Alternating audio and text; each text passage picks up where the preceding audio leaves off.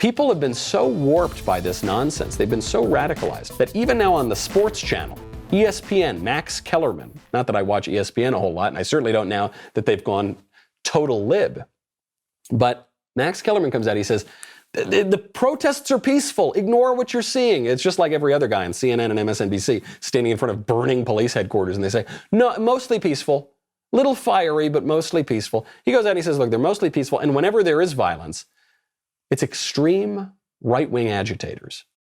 A few of the things he said when he talks about, like, Black Lives Matter, 93% of the protests are peaceful. The vast, overwhelming majority are peaceful. And by the way, the 7% that are not, they have a very broad definition of what's not, quote unquote, peaceful. For example, if you block traffic or something like that, or if you respond to police provocation. And even then, a big percentage of that, that wasn't peaceful, is actually outside agitators, extremist right-wing agitators, posing as protesters in order to make the protests look bad. That's the first thing.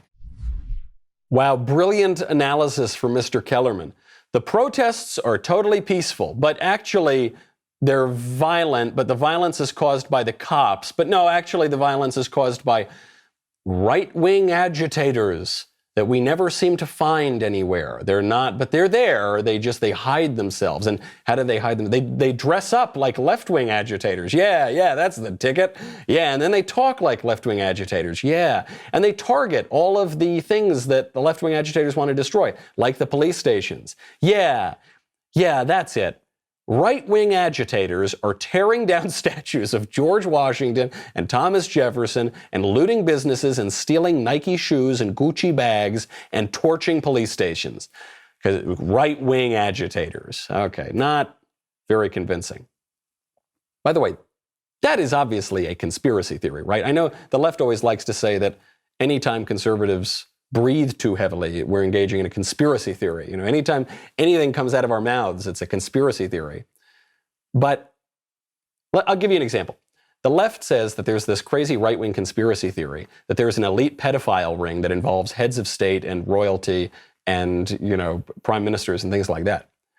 So we say, well, what about Jeffrey Epstein and, Prince Andrew, and Bill Clinton was flying all around there, and Bill Clinton had this kind of nice, intimate dinner with Ghislaine Maxwell. That news just broke, and that was pretty recent. That was in 2014, and you've got a lot of other, I don't know, that doesn't seem like a conspiracy theory. And then the guy, when they finally arrest him, he mysteriously dies in jail, and they say it's a suicide, even though apparently none of the cameras worked and all the guards went away. And, it just seems like it's not a conspiracy theory, that's a conspiracy. Right, that's the prominent right-wing example of a conspiracy theory. Here's an example of a totally mainstream left-wing story. So mainstream, it's on the sports channel. All the left-wing agitators are secretly right-wing agitators. Yeah, all the guys who say they're left-wing and dress up like left-wingers and torch left-wing targets, the targets of left-wingers, they're secretly right-wingers, and they're just doing it ironically or something, right? Which is the conspiracy theory? Obviously the latter. I hope you enjoyed that short segment from the Michael Knowles Show. Be sure to check out the full episode linked in the description or download the podcast wherever you listen to podcasts.